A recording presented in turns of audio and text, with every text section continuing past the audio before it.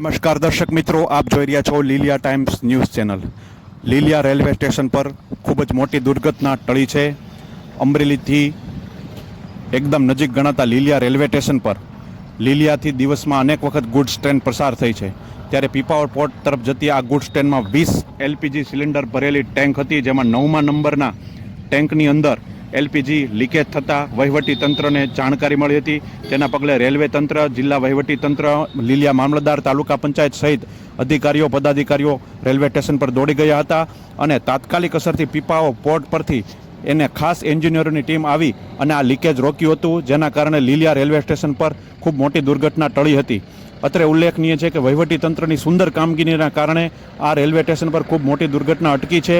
ત્યારે આ કામગીરી કરનાર તમામ અધિકારીઓ, પદાધિકારીઓ તથા લીલિયાના સ્થાનિક પત્રકારો અભિનંદનને પાત્ર છે. કેમેરામેન SK સૈયદ સહિત દીપક ભટ્ટનો રિપોર્ટ, લીલિયા.